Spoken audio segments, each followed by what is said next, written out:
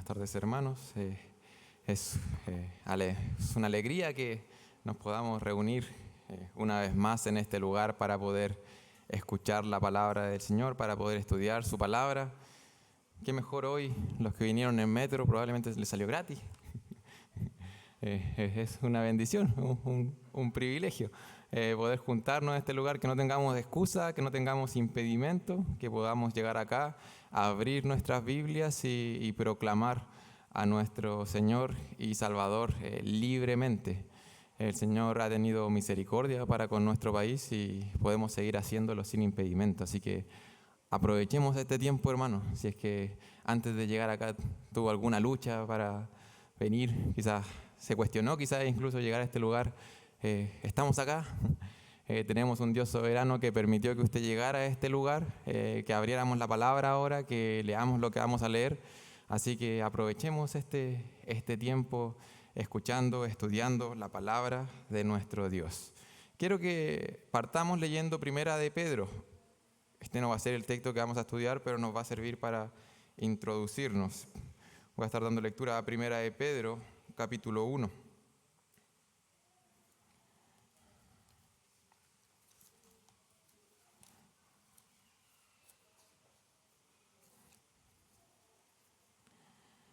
Primera de Pedro, capítulo 1, versículo 12 al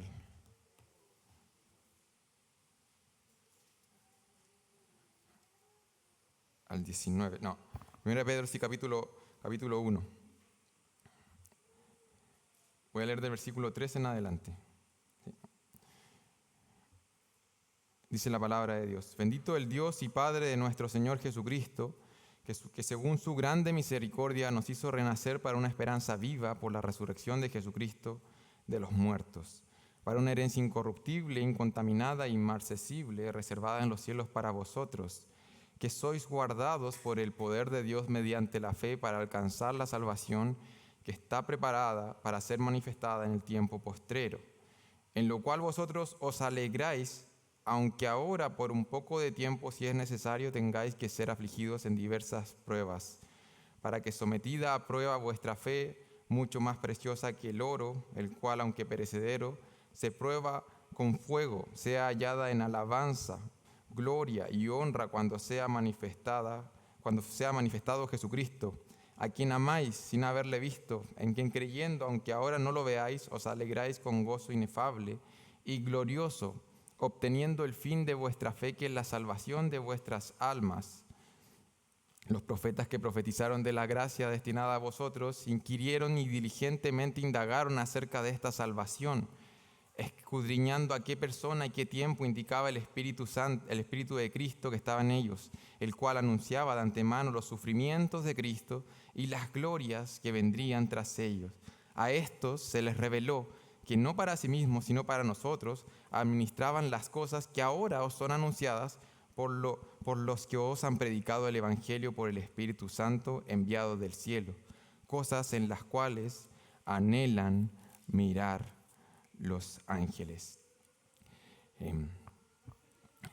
Este texto es glorioso, es un texto muy bonito que habla acerca de nuestra salvación. Pedro escribe a una iglesia que está perseguida, una iglesia que está sufriendo. Esta carta en general trata acerca de eso y simplemente quisiera destacar lo que dice el versículo 6.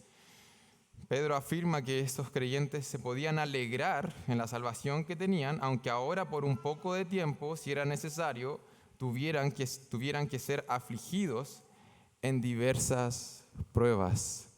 El mismo apóstol Pedro, en otra porción, también habla acerca de estas pruebas y dice que no debiéramos sorprendernos cuando nos hallemos en diversas pruebas, ¿cierto? No debieron ser una sorpresa cuando suframos, cuando seamos perseguidos o cuando, como dice el texto, tengamos pruebas, porque es necesario que así sea. Versículo 7 habla acerca de que nuestra fe tiene que ser probada y tiene que ser pasada por fuego para ser hallada en alabanza, en gloria y en honra hacia nuestro Dios. En base a esta certeza que tenemos, quisiera que pensáramos Iba a hacer una pregunta, pero la respuesta es lógica. ¿Cuántos de aquí hemos sufrido alguna vez en nuestra vida? La respuesta es sencilla, no se necesita hacer algún tipo de encuesta para poder tener esa respuesta. Todos hemos sufrido en alguna u otra medida. Probablemente mientras pasan los años han llegado algunos sufrimientos inesperados, sufrimientos de dimensiones también sorprendentes, crisis en nuestras vidas, pruebas que nunca pensamos que íbamos a tener y llegan allí. Todos hemos enfrentado de alguna u otra manera estas pruebas o estos sufrimientos. Ahora, el apóstol Pedro, como dije en otra porción, habla acerca de que no debiéramos sorprendernos cuando nos hallamos en diversas pruebas. La otra pregunta interesante que hacer es, ¿cuántos de aquí planificamos esos sufrimientos? Todos sabemos que, ¿sabes qué? Todos hemos sufrido y probablemente todos vamos a sufrir. ¿Cuántos de aquí hemos planificado esos sufrimientos? Ninguno. Lo más probable es que ninguno tiene en su calendario planificado algún tipo de aflicción, algún tipo de prueba. Sin embargo, la palabra nos llama a no sorprendernos porque es algo que va a suceder. En cierto sentido, no nos llama a planificar el sufrimiento, pero sí nos llama a preparar nuestros corazones, a entender la realidad del sufrimiento y poder enfrentarla de manera adecuada, a entender que el sufrimiento nos escapa del plan de Dios. A nosotros nos puede pillar por sorpresa, a nosotros nos sorprende, pero el sufrimiento no sorprende a Dios, no es algo extraño para Él. Y es por eso que habla acerca de la palabra y nos instruye de cómo podemos enfrentar las aflicciones. Dios nos ama tanto que no nos va a evitar esas aflicciones para que nuestra fe realmente pueda ser probada, purificada, hallada en alabanza, en gloria, como decía Pedro. Dios es un Dios amoroso, bondadoso y lo permite con un propósito. Y es de eso que vamos a estar hablando en esta tarde, en la porción de la palabra. Vamos a estar meditando en las aflicciones, en el sufrimiento, entendiendo por sobre todo que nuestras aflicciones son una oportunidad, hermanos. Nuestras aflicciones no son una sorpresa, sino que debiéramos verla como creyentes como una oportunidad para poder encontrarnos con Jesús. Tu aflicción, hermanos, es una oportunidad. Es algo permitido por el Señor para que puedas encontrarte con Jesús. Vamos a seguir en la carta a los Filipenses, Filipenses capítulo 1.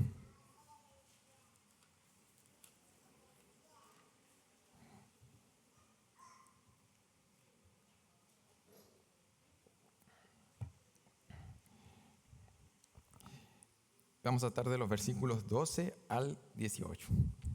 Filipenses 1, de los versículos 12 al versículo 18. No sé si se recuerdan, llevamos algunas semanas estudiando esta carta. Pablo comienza con una salutación y luego da acción de gracias, agradece al Señor por estos creyentes y les comunica que está orando por ellos. Ora para que el amor abunde. De esa manera normalmente es la manera habitual en que Pablo estructuraba sus cartas, un saludo, una oración, y ahora también de manera común en las cartas de la época se habituaba en informar en el estado en el cual está el escritor de la carta. Pablo va a comenzar a hablar acerca de su situación, a comentarle a sus destinatarios en qué está él. Ahora, nosotros sabemos que Pablo escribe desde la cárcel. Y desde esas circunstancias Pablo va a decir lo que vamos a estar leyendo aquí. Y hay que tener en mente que Pablo está desde la cárcel en Roma, obviamente padeciendo algunas incomodidades en ese lugar, y escribe a creyentes en Filipos, que era una colonia romana y que también iban a tratar ciertas presiones del mismo imperio romano. Entonces, en cierta medida las circunstancias podían ser similares era el mismo imperio romano que estaba involucrado en ambas circunstancias, y desde ahí Pablo les escribe a los filipenses para que ellos entiendan cómo ellos tienen que enfrentar esas dificultades, cómo ellos debieran enfrentar las aflicciones que pueden venir o que estaban padeciendo. De la misma forma en que Pablo les va a comunicar aquí cómo él está enfrentando el sufrimiento, cómo él está enfrentando esta incomodidad, cómo él está enfrentando la cárcel, ¿ya? Así que vamos a estar en versículo 12 al versículo 18, y voy a estar dando lectura a esta porción en Filipenses capítulo 1. Y la palabra del Señor dice: quiero que sepáis, hermanos, que las cosas que me han sucedido han redundado más bien para el progreso del Evangelio, de tal manera que mis prisiones se han hecho patentes en Cristo en todo el pretorio y a todos los demás. Y la mayoría de los hermanos, cobrando ánimo en el Señor, con mis prisiones, se atreven mucho más a hablar la palabra sin temor. Algunos, a la verdad, predican a Cristo por envidia y contienda, pero otros de buena voluntad. Los unos anuncian a Cristo por contención, no sinceramente, pensando añadir aflicción a mis prisiones, pero los otros por amor, sabiendo que estoy puesto para la defensa del Evangelio. ¿Qué pues? Que no obstante, de todas maneras, o por pretexto o por verdad, Cristo es anunciado, y en esto me gozo y me gozaré aún. Los invito a estar orando, hermanos. Padre, te damos gracias por tu palabra, agradecemos por tu Santo Espíritu que habita en nosotros los creyentes. En esta hora dependemos completamente de ti, Señor, para que seas iluminando nuestro entendimiento. Ayúdanos, Señor, a responder de manera adecuada, a venir con una actitud humilde delante de ti, reconociendo que necesitamos esto. Necesitamos, Señor, escuchar tu voz. Necesitamos, Señor, que muestres las cosas que no están bien en nuestro corazón, Señor, y que nuestras vidas puedan continuar siendo transformadas a la imagen de Cristo. Te pedimos esto en el nombre de Jesús. Amén. Cuando hablamos de sufrimiento, hermanos, sufrimiento es una palabra grande. Aquí no vamos a hacer una teología completa acerca del sufrimiento, solamente vamos a revisar unos pocos versículos acerca de lo que Pablo aborda acerca de sus aflicciones. Así que lo invito, después de estudiar esta porción, a seguir profundizando en la manera en que nos relacionamos con el sufrimiento. Y Pablo aquí, al igual que en toda la carta de Filipenses, tiene algo en mente al hablar del tema del sufrimiento. Y usted se habrá dado cuenta en las porciones anteriores y en las que vienen después. Esta carta es una carta que repite una y otra vez al Señor Jesucristo. Y Pablo relaciona todas las cosas que están sucediendo con Cristo, con su Señor. Y llega a ser casi redundante, podríamos decir, la manera en que Pablo escribe esta carta y relaciona todo con su Salvador. Y en este momento de la carta, donde Pablo tiene la oportunidad de hablar acerca de él, como normalmente se hacen las cartas, puede decir todas las cosas. Pablo podría en este momento detallar, siendo muy específico, cada una de las pequeñas cosas que están sucediendo en su vida. Él lo que hace es relacionar de inmediato su situación con su Señor. Y escribe Pablo diciendo: quiero que sepan, hermanos, que las cosas que me han sucedido han redundado más bien para el progreso del Evangelio.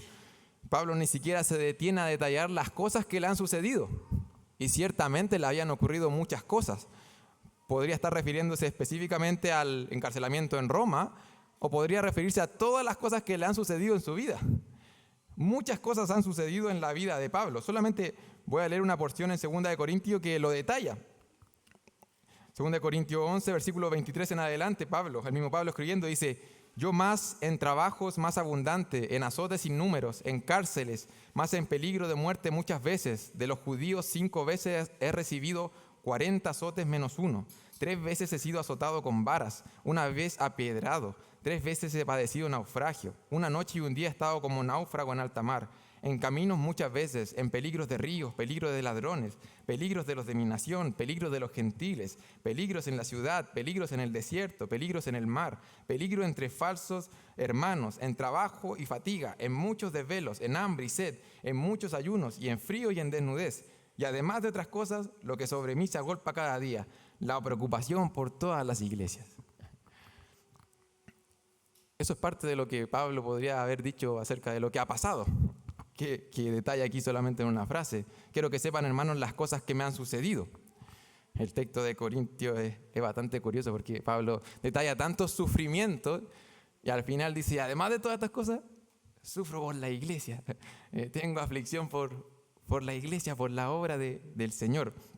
Pablo aquí no lo detalla en Filipenses, pero es con un propósito en específico. Él había padecido mucho, él había tenido muchas aflicciones, en este momento está en la cárcel en Roma, pero lo que hace Pablo al escribir de esta forma es interpretar sus aflicciones o sus sufrimientos de una manera completamente diferente. Como ya lo dije, él lo que hace es no centrarse en él y específicamente en lo que le está sucediendo. Él sigue con el mismo tono de la carta. Él agradeció al Señor por estos hermanos. Él oró al Señor para que el amor siguiera abundando. Y cuando se trata de hablar de Él, ¿qué va a hacer? Él se relaciona con Dios y piensa en su encarcelamiento en los términos de Dios. Eso es lo que hace Pablo acá. Piensa en su aflicción, en sus prisiones, en los términos de Dios. Él interpreta su situación a la luz de lo que el Señor ha revelado, a la luz de lo que el Señor está haciendo. Y si es que tiene que comunicarle algo a estos creyentes, es eso. Quiere que los creyentes, a la luz de todo lo que le ha pasado, puedan ver, ¿sabes qué? Esto está haciendo Dios. Sí, a mí me han pasado muchas cosas, pero esto está haciendo Dios. Pablo ciertamente confiaba en lo que escribía. Su teología iba de acuerdo a su vida. Y él mismo había escrito en el versículo 6, él dice, estando persuadido de esto, que el que comenzó en vosotros la buena obra, la perfeccionará hasta el día de Jesucristo. Pablo confiaba en eso. Y aunque estuviera en la cárcel, él entendía que allí en la cárcel el Señor estaba perfeccionando la buena obra que ya había iniciado. Y es en eso en lo cual Pablo se centra. Pablo no se centra en él, en su sufrimiento, sino que se centra en Jesús y en el Evangelio.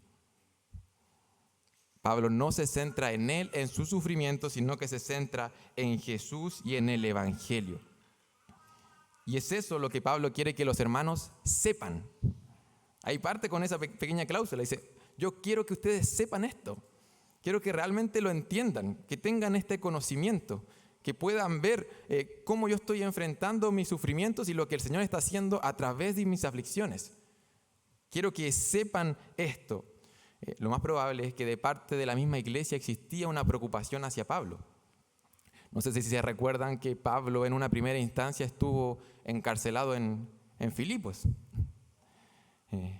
junto con Silas. No sé si se recuerdan que también a la medianoche ocurrió algo bien especial. Mientras Pablo y Silas oraban y cantaban, hubo un terremoto, un sufrimiento que vino, una aflicción que vino a sus vidas ahí en la cárcel. Y debido a ese terremoto y a una situación bien particular que ocurrió ahí, el carcelero y su familia se terminó convirtiendo. Y luego, por la misericordia del Señor, Pablo y Silas salieron libres y pudieron seguir haciendo la obra del Señor. Probablemente los filipenses tenían ese antecedente.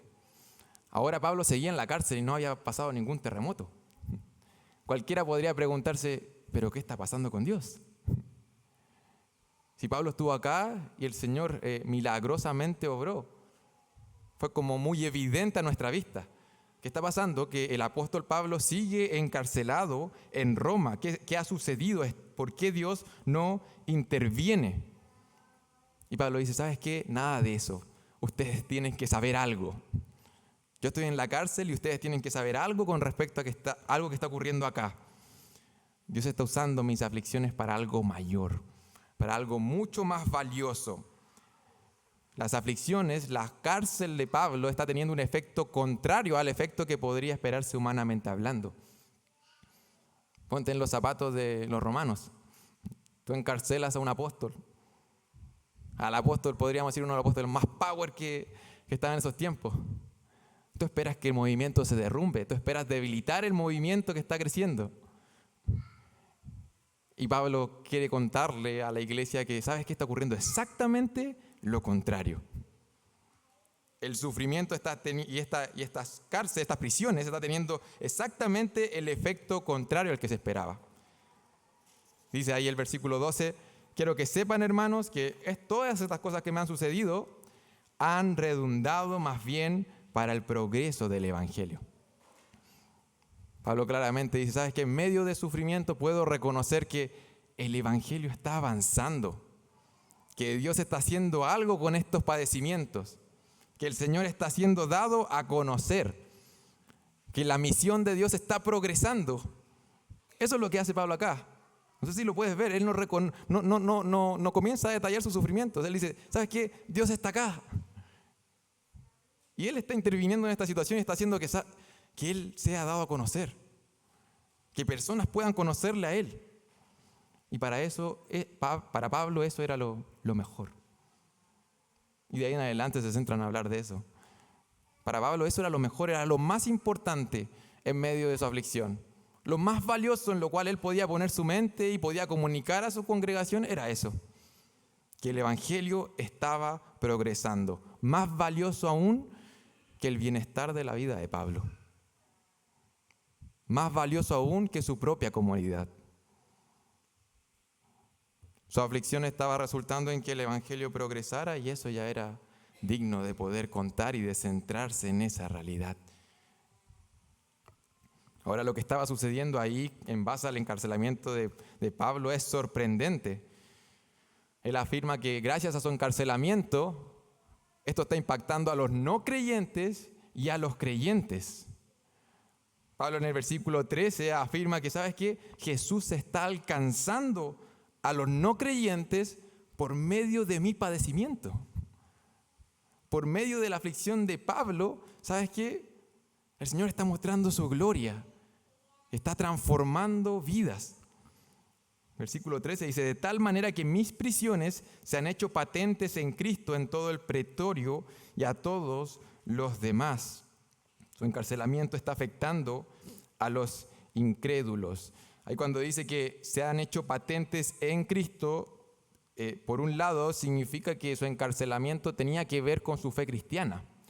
Pablo no estaba encarcelado podríamos decir, por un crimen delante del Señor, algo que realmente fuera pecado quizás. No estaba encarcelado solamente por política, él estaba encarcelado por ser un seguidor de Cristo. Él estaba encarcelado por ser un buen discípulo del Señor. Entonces, quizás hay un matiz en todo esto que estamos estudiando acá. El sufrimiento de Pablo era causa de su obediencia a Dios. No era causa de su propio pecado.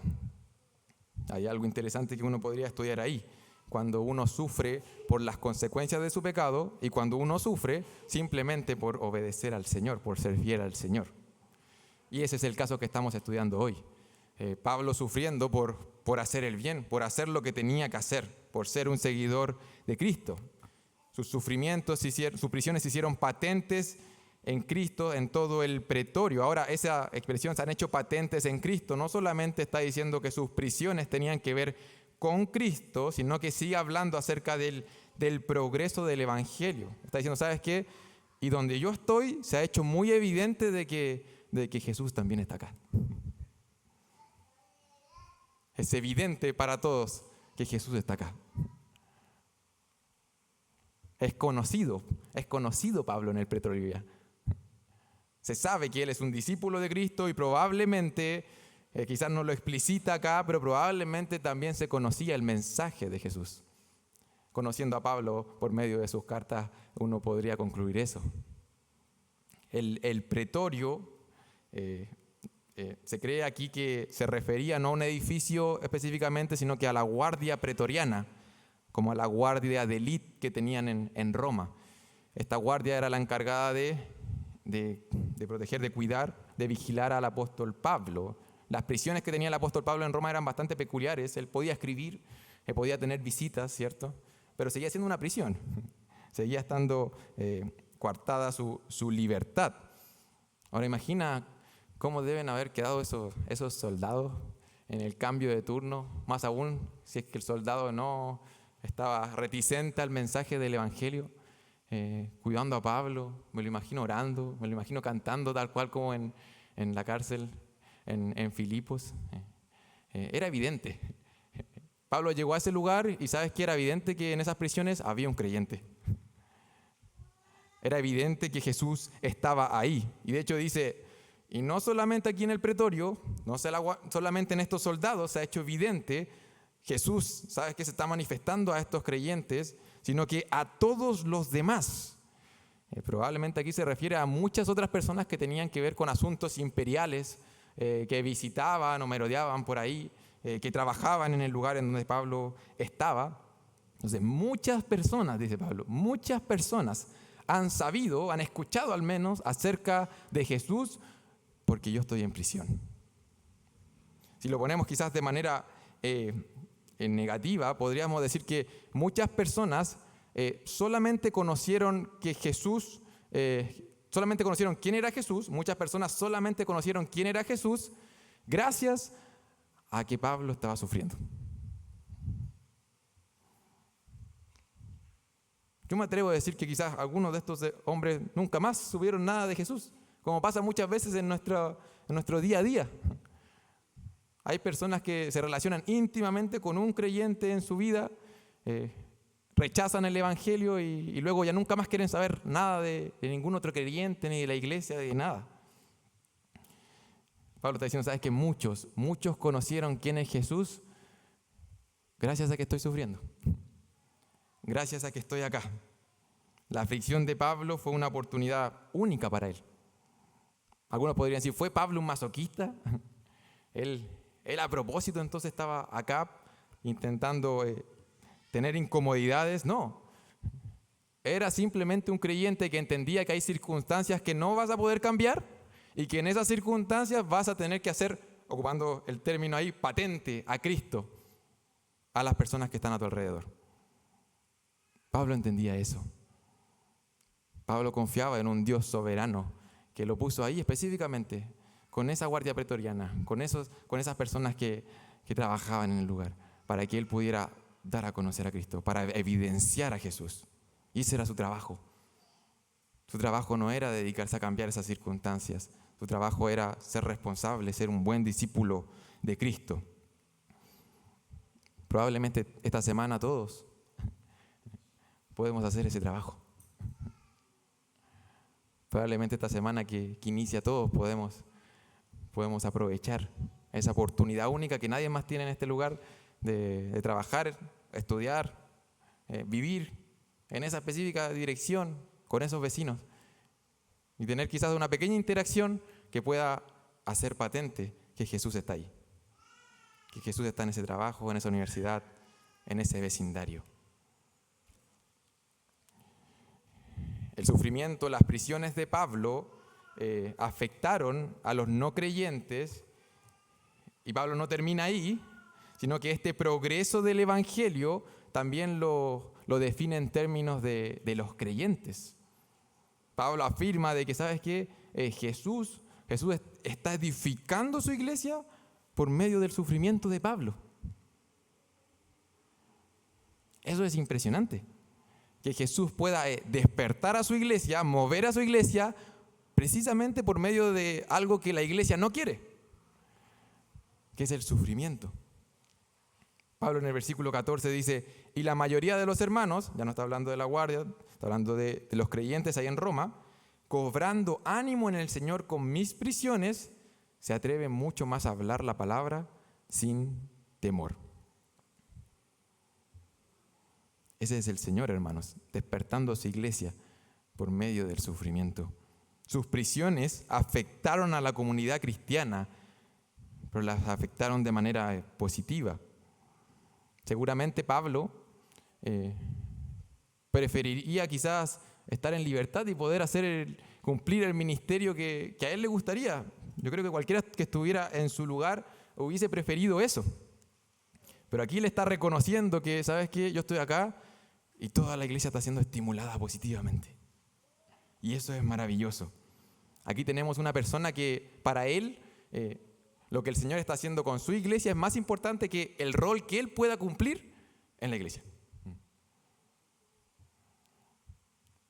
Aquí tenemos una persona que le importa mucho más lo que el Señor está haciendo con su iglesia en general que su propio rol en la iglesia. Él dice, yo estoy acá, pero sabes que el Señor está haciendo progresar el evangelio y eso es maravilloso. Eso es genial, a pesar de que yo no puedo hacer tanto como me gustaría desde acá.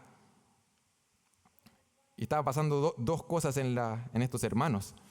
Dice que la mayoría de los hermanos estaban cobrando ánimo y que estaban teniendo menos temor para comunicar el evangelio. La confianza de estos hermanos se vio renovada al ver el sufrimiento de otro hermano y cómo ese hermano enfrentaba su sufrimiento. Mira qué importante. Hay un hermano sufriendo y ese hermano está comunicando, ¿sabes qué? Tienen que saber que esto que estoy padeciendo delante del Señor, ¿sabes qué? Voy a esforzarme por ver cómo Jesús puede darse más a conocer por medio de mi sufrimiento. ¿Qué es lo que Dios está haciendo por medio de esto que está pasando? Cómo el evangelio está progresando por medio de esta incomodidad. Y los hermanos vieron eso y fueron animados. Fueron animados en base a cómo el creyente enfrentaba el sufrimiento. Probablemente ellos veían el gozo por medio de las palabras de Pablo. De hecho, vamos a terminar de esa forma. Pablo termina hablando de gozo ahí en esa prisión. Termina hablando de gozo. Los creyentes veían ese gozo en medio del sufrimiento y eran estimulados positivamente. Probablemente los creyentes veían cómo Dios estaba, ¿sabes qué? Estaba poniendo todas las cosas en su lugar. Providencialmente hablando, estaba ahí, obrando en ese lugar. Y aún más veían cómo el mismo Dios utilizaba eso para darse a conocer, para que otras personas pudieran creer. Y eso a los hermanos los animaba y el texto dice, y les quitaba el temor. Podemos tener menos temor al ver creyentes maduros que están enfrentando ciertas situaciones de una forma que glorifica a Dios. Quita el temor. Esto es como digo, esto es el Señor obrando en su iglesia. Pablo está centrado en eso, en la mano de Dios obrando en los no creyentes y en los creyentes. Piensa un momento de qué manera, naturalmente hablando, reaccionaría una persona al ver esto que está diciendo Pablo. Al ver que tu líder, ¿sabes qué? Lo pusieron en la cárcel. Parece que todo se va a derrumbar, parece que hasta aquí llegó la empresa, hasta aquí llegó la comunidad. Las cosas pareciera que no están tan bien. Humanamente hablando, al ver el sufrimiento de otras personas o nuestro mismo sufrimiento, no reaccionaríamos así. Naturalmente, al ver el sufrimiento no cobramos nuevo ánimo, no sacamos ánimo de alguna parte de nosotros mismos. Naturalmente, ¿sabes qué? No podemos lograr quitar todo el temor que tenemos. Pero Pablo dice, ¿sabes qué? Mira lo que está haciendo el Señor. Y es el Señor usándome a mí para enfrentar esto de cierta manera. Y eso, ¿sabes qué? Los ha animado a ustedes. Los ha llevado a responder de una manera que no es natural. Ustedes cobran ánimo y dan a conocer al Señor a pesar de que puedan venir a acompañarme aquí a la cárcel. Ustedes lo hacen. Normalmente el sufrimiento no provoca eso de manera natural en nosotros. El sufrimiento a menudo nos vuelve impacientes, egoístas, nos lleva a la desesperanza, nos aísla. Pablo dice, ¿sabes qué? Necesitamos al Señor. Necesitamos poder entender cómo Dios quiere que enfrentemos nuestras aflicciones y eso nos va a animar. Eso va a quitar el temor de nuestros corazones. El sufrimiento aquí, en este periodo de la iglesia, fue como un catalizador. El sufrimiento era como un acelerante de la obra del Evangelio. Si usted lee el libro de los Hechos, se va a dar cuenta de que mientras aumentaban las presiones, mientras aumentaban las persecuciones, ¿sabes qué? El Evangelio progresaba aún más. Era como echar benzina al fuego. Y aún más, si que vemos la historia de la iglesia, en periodos de mucha persecución, normalmente, ¿sabes qué? La luz de Jesús pareciera que iluminara con mayor potencia. Y es que Dios puede usar el sufrimiento de esa manera, para despertar a su iglesia, para mover a su iglesia, para que su iglesia cobre ánimo, para quitar el temor del corazón de su iglesia. No hay nada sorprendente, no hay nada muy llamativo a la luz del mundo en un creyente que está en prosperidad y está gozoso, y está alegre. No hay nada tan inusual en un creyente que está en prosperidad, está en comodidad y está bien. Pero sabes que hay algo divino, hay algo sobrenatural en un creyente que está en aflicciones y tiene su gozo puesto en el Señor. En un creyente que está siendo fiel en la aflicción. Eso es único. Eso es Dios obrando en el corazón de esa persona. Eso impacta a la iglesia. Eso impacta a los no creyentes. Eso es mostrar con nuestra vida el Evangelio. De manera natural no ocurriría eso. De hecho, Satanás, en el libro de Job, cometió ese error. Pensar que el sufrimiento lo que haría sería, ¿sabes qué?, apagar la fidelidad de los creyentes. Que es lo que humanamente hablando uno esperaría, era lo que el imperio esperaba. Y el mismo Satanás, el mismo enemigo, creía eso. Él le dice a Dios, dice en Job 1, Satanás hablando, dice, respondiendo Satanás a Jehová, dijo, ¿acaso teme Job a Dios de balde? ¿No les ha acercado alrededor a él y a su casa y a todo lo que tiene? Al trabajo de sus manos has dado bendición. Por tanto, sus bienes han aumentado sobre la tierra. Pero extiende ahora tu mano y toca todo lo que tiene y verás si no blasfema contra ti en tu misma presencia. Satanás creía eso que a veces nosotros creemos en la práctica. Quizás no en nuestra cabeza, pero en la práctica. A veces el sufrimiento tiene ese efecto natural. Y Satanás lo creía. ¿Sabes qué? Este hombre está bien porque tú lo tienes bien. Él te adora. ¿Por qué? Porque mira cómo está. Pero ¿sabes qué? Quítale algo. Quítale algunas cosas. Y vas a ver que va a blasfemar contra ti. Y al final del día el sufrimiento en la vida de Job tuvo el efecto contrario. Y es que Dios tiene un propósito para el sufrimiento. Y uno de los propósitos que Dios tiene para el sufrimiento es ese. Es traer una mayor claridad, una mayor convicción en los corazones de los creyentes. Es que el sufrimiento redunde en el progreso del Evangelio, en mayor ánimo, en menos temor. Las prisiones de Pablo no fueron un desvío para él, sino que él los vio como un potencial. Mira el potencial de lo que está pasando acá. Mira lo que está ocurriendo. Iglesia, escucha, mira lo que está pasando con estas dificultades.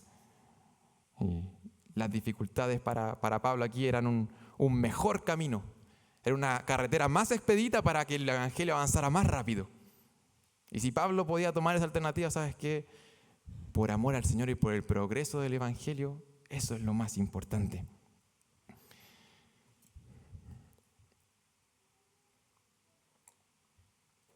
Se cuenta la historia de un famoso erudito bíblico que aún está vivo, que aún sigue escribiendo. Se cuenta la historia que cuando él era joven, ninguno de sus papás era cristiano. Ninguno de los dos era cristiano. Sin embargo, su mamá, en un momento de su vida, se vio muy afectada por el testimonio de su vecina. Se dice que su vecina era una ancianita que no tenía nada deslumbrante a los ojos de las personas, simplemente era fiel al Señor. Ella tenía muchos problemas de salud. Sin embargo, siempre fue muy fiel al Señor en cuanto a su testimonio, en cuanto a su actitud. Se cuenta que la mamá de este erudito le costaba mucho entender qué es lo que sucedía con su vecina. Le costaba mucho hasta que gracias al testimonio de su vecina se terminó convirtiendo la mamá de este hombre. Simplemente al testimonio fiel de esta ancianita que con sus dificultades y con sus dolencias adoraba al Señor y confiaba en el Señor.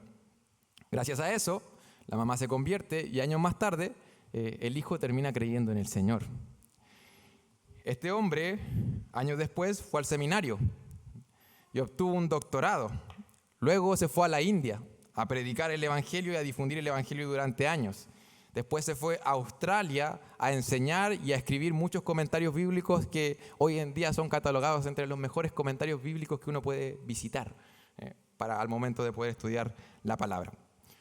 Ahora quiero que imagines un momento esto. Imagínate si es que le hubieses dicho a esta mujer, a esta ancianita, a la vecina que estaba sufriendo, si es que le hubieses dicho lo siguiente: ¿sabes qué? Este es el trato. Quiero hacer un trato contigo. Si tú glorificas a Dios con tus aflicciones, si es que tú centras tu sufrimiento, ¿sabes qué? En Dios y en la manera en que puedes seguir dando testimonio a Dios, ¿sabes qué va a ocurrir si haces eso? Cientos de personas en la India van a conocer al Señor.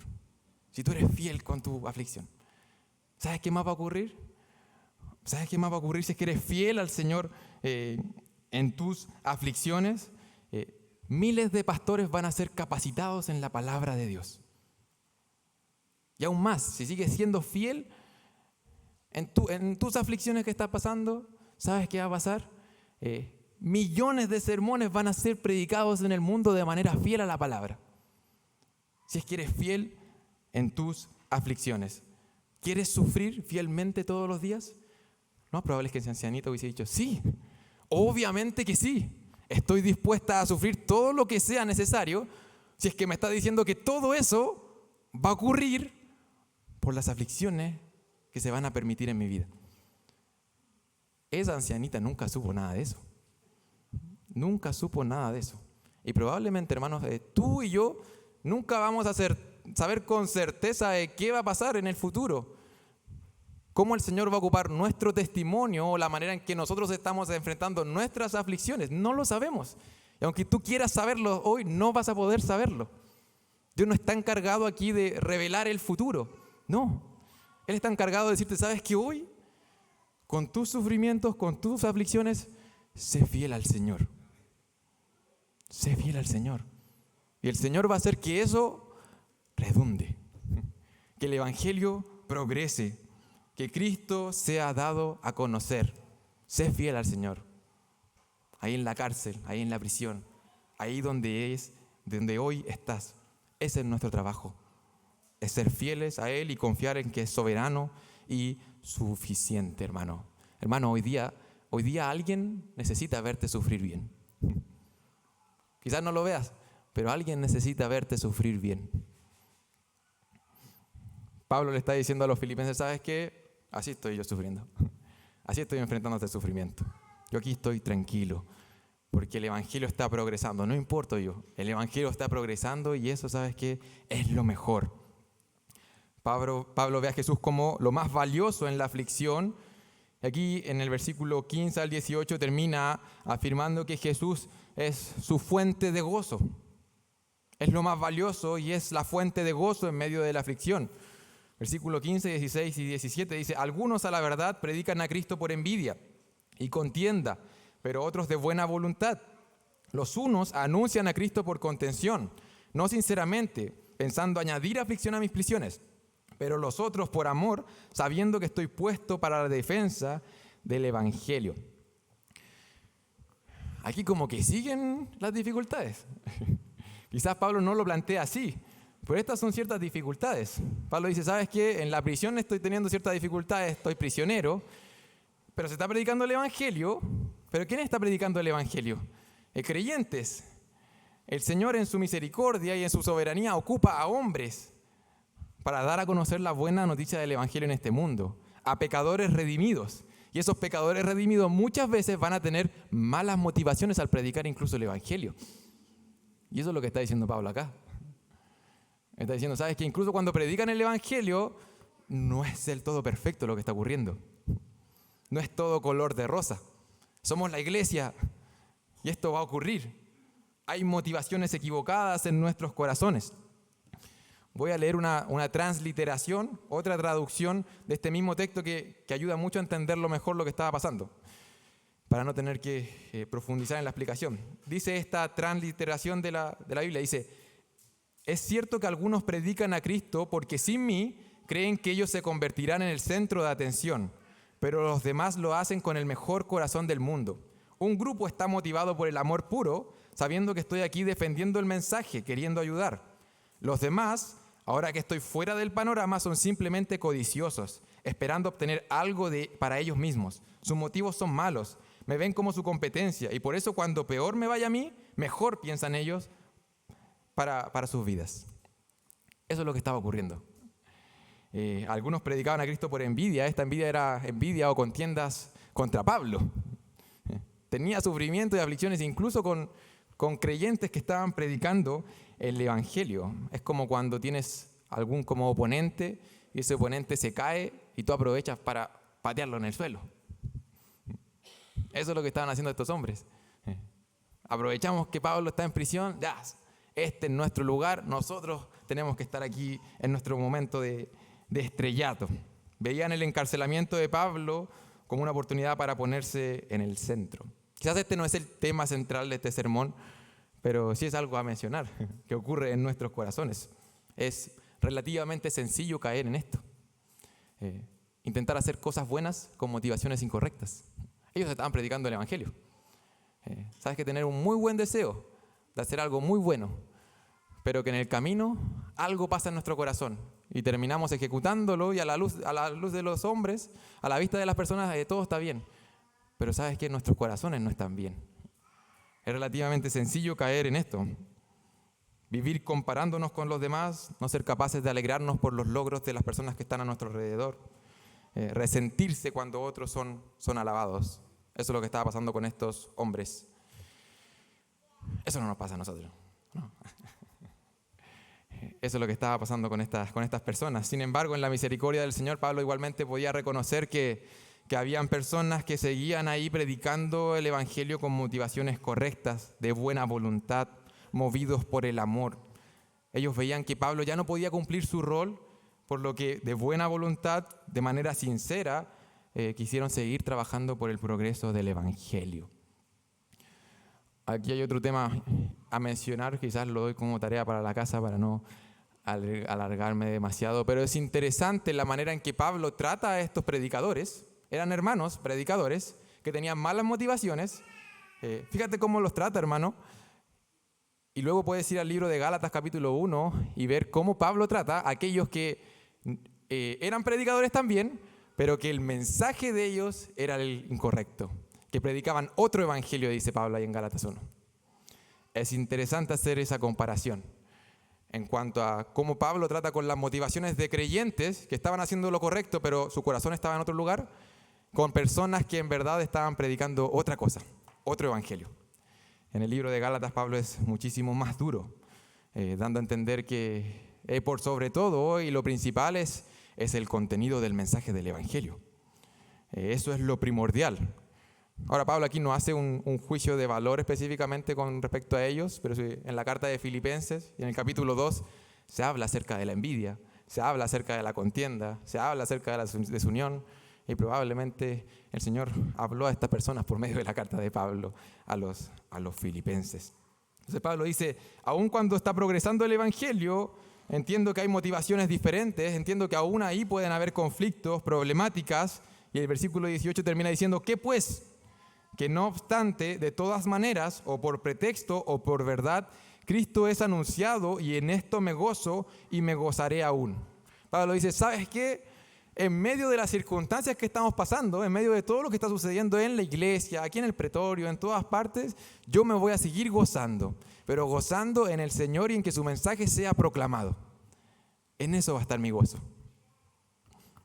Su situación no se va a convertir en un motivo de queja o de amargura, de resentimiento. Ese era el camino más sencillo para Pablo. Él dice, ¿sabes qué? Mi gozo va a estar en el Señor y en que Él sea dado a conocer. Esa es su alegría. No se alegraba porque los romanos eran unos pecadores. Y no se alegraba, gracias Señor, porque estos predicadores tienen motivaciones pecaminosas. No. Él no se alegra por el pecado en sí. Él se alegra porque el Señor está tratando con eso. Y está usando todo eso para darse a conocer. Él entendía que Dios seguía obrando en sus circunstancias. Y de esa manera abordaba sus sufrimientos, abordaba sus aflicciones. Me gustaría terminar este sermón con compartiendo una pequeña frase de un hermano muy famoso que escribió el himno Sublime Gracia. Un hermano que en su momento fue mercader de esclavos y luego se convierte. John Newton, él normalmente decía, y él comparaba a los cristianos fieles en el sufrimiento, la comparaba como ilustración a la zarza que vio Moisés. Y él decía lo siguiente. Él decía, algunos cristianos están llamados a soportar una cantidad desproporcionada de sufrimiento. Tales cristianos son un espectáculo de gracia para la iglesia, como zarzas en llamas que no se consumen y nos hacen preguntar como Moisés, ¿por qué no se consume esta zarza? La fortaleza y estabilidad de estos creyentes se puede explicar solo por el milagro de la gracia sustentadora de Dios. El Dios que sostiene a los cristianos en el dolor incesante es el mismo Dios con la misma gracia que me sostiene a mí en mis sufrimientos más pequeños. Nos maravillamos ante la gracia perseverante de Dios y crece nuestra confianza en Él mientras gobierna nuestras vidas. Hermanos, que esas sean nuestras vidas. Que nuestras vidas lleven a las personas a preguntarse, ¿por qué no se consume esa zarza? ¿Qué es lo que está pasando en la vida de ese hermano? ¿Cómo es que esa aflicción terminó redundando para bien? ¿Cómo es que eso me terminó llevando a su iglesia? Confiemos en el Señor, hermanos, y enfrentemos nuestro sufrimiento con lágrimas en los ojos, pero confiando en que es una oportunidad para poder seguir glorificando a Dios. Vamos a terminar en oración. Padre, te damos gracias, Señor, porque tu palabra es viva, es eficaz, Señor, y es toda suficiente. Te damos gracias porque el hecho de que tú permitas que suframos, Señor, no se escapa de tus planes, no se escapa de tu control. Partíamos leyendo, Señor, al apóstol Pedro, y él decía claramente, Señor, de que esas cosas van a ocurrir en nuestras vidas y de hecho es necesario que ocurran. Ayúdanos, Señor, prepara nuestros corazones, ayúdanos a llenarnos de tu palabra, Señor, a vivir vidas en dependencia a ti para que cuando llegue la hora de la prueba, la aflicción, el sufrimiento, Señor, eso pueda hacernos bien al final del día.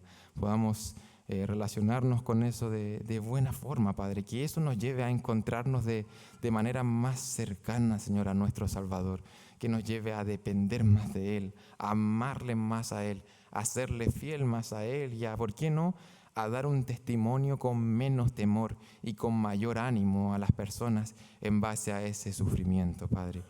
Ayúdanos, Señor, sé tú tratando con nuestros corazones, con esas luchas que hay, Señor, con esa amargura, con esa queja, con aquello, Señor, que tú y solo tú y tu palabra eres capaz de transformar, Señor, y convertir en alabanza, en gloria, Señor, en acción de gracias hacia ti, Padre.